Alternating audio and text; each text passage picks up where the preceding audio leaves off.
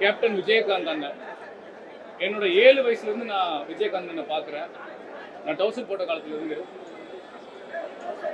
என்னோட வாழ்க்கையில் நிறைய பேர் ஹீரோவாக இருந்திருக்காங்க, இன்ஸ்பிரேஷனாக இருந்திருக்காங்க. அது ரொம்ப முக்கியமானவங்க புரட்சி தலைவர் எம்ஜிஆர், அடுத்து புரட்சி கலைஞர் விஜயகாந்த், இன்னும் நிறைய பேர். இவங்க ரொம்ப முக்கியமானவங்க. சுபாஷ் சந்திர போஸ், இப்படி அடி சொல்லிட்டே போகலாம். இன்னைக்கு எங்கள் அண்ணன் தளபதி விஜய் வரைக்குமே அவங்கள பார்த்து தான் எனக்கு சினிமா தான் பிடிக்கும், நாடகம் தான் பிடிக்கும். சினிமாவில் இருக்க ஹீரோ தான் எனக்கு ஹீரோ. அவங்க சொன்ன கருத்துக்களை வச்சு தான் நான் வாழ்க்கையில் இன்னைக்கு நான் ஒரு இடத்துக்கு வந்திருக்கேன்னா, நான் சினிமா என்னுடைய வாழ்க்கையில் கலந்துருக்கு, நாடகம் என் வாழ்க்கையில் கலந்துருக்கு. அந்த சினிமா நடிகர்களும் நாடக நடிகர்களும் எனக்கு ஹீரோ, மிகப்பெரிய ஹீரோவாக இருக்காங்க. அந்த வகையில் புரட்சி கலைஞர் கேப்டன் அவர்கள் வந்து எனக்கு நிறைய விஷயங்களை வந்து கற்றுக் கொடுத்துருக்காரு. தைரியம், நேர்மை, மக்கள் பணி செய்கிறது. ஸோ இன்னைக்கு 1ஆம் ஆண்டு நினைவஞ்சலின்னு சொல்றாங்க. நான் வந்து இல்லைன்னு சொல்லுவேன். ஏன்னா அவர் இன்னும் இறக்கவே இல்லை, நம்மளோட வாழ்ந்துகிட்டே இருக்காருன்னு தான் நான் நம்பிட்டு இருக்கேன்.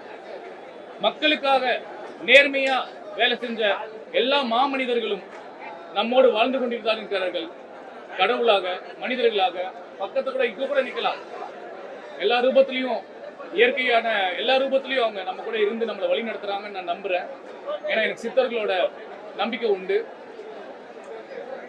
அப்படி மக்களுக்காகவே தன்னை அர்ப்பணிச்சு சினிமா மூலியமாகவும் அரசியல் மூலியமாகவும் எதற்கும் பயப்படாம உண்மைக்கு மட்டுமே பயந்து தன்னுடைய வாழ்க்கையில நிறைய நல்ல விஷயங்களையும் நிறைய நல்ல மனிதர்களையும் உருவாக்கிய புரட்சி கலைஞர் கேப்டன் வாழ்ந்து கொண்டே இருக்கிறார்.